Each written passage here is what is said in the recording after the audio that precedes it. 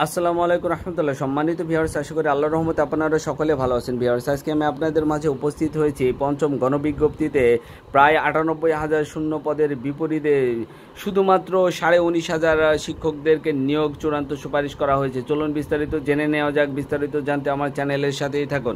19,500 প্রার্থীকে শিক্ষক পদে নিয়োগের চূড়ান্ত সুপারিশ। যোগদানের জন্য 19 সেপ্টেম্বর সময় নির্ধারণ করে দিয়েছেন।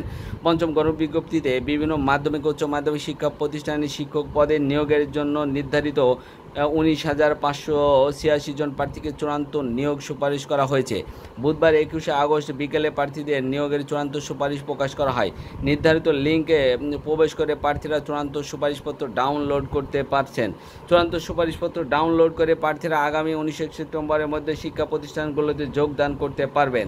বুধবার 21 আগস্ট বিকেলে এনটিআরসির কর্মকর্তা বিষয়টি দ্য ডেইলি ক্যাম্পাসকে নিশ্চিত করেছেন।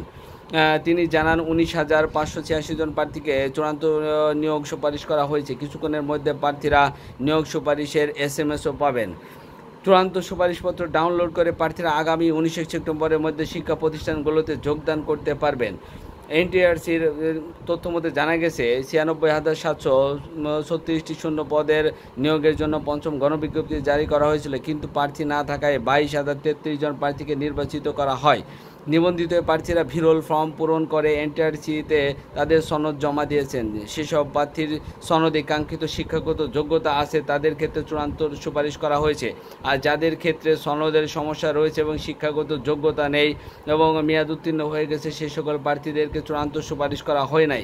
এনটিআরসি নামক প্রতিষ্ঠানটি তাহলে বাকি যেই বাকি 80,000-এর মতো যে পদ রয়েছে, সেই পদগুলো কাদের দ্বারা পূরণ করবেন সেই সম্পর্কিত বিস্তারিত আলোচনা করব। তবে এই সম্পর্কিত বিস্তারিত জানতে আমার চ্যানেলের সাথেই থাকুন। তবে আমার সাথে ছিলেন যারা, তাদেরকে একটি রিকোয়েস্ট করব, আপনারা যারা এখন আমার চ্যানেলটি সাবস্ক্রাইব করেন অতি দ্রুত চ্যানেলটি সাবস্ক্রাইব করুন এবং পাশে থাকা বেল আইকনটি বাজিয়ে দিন।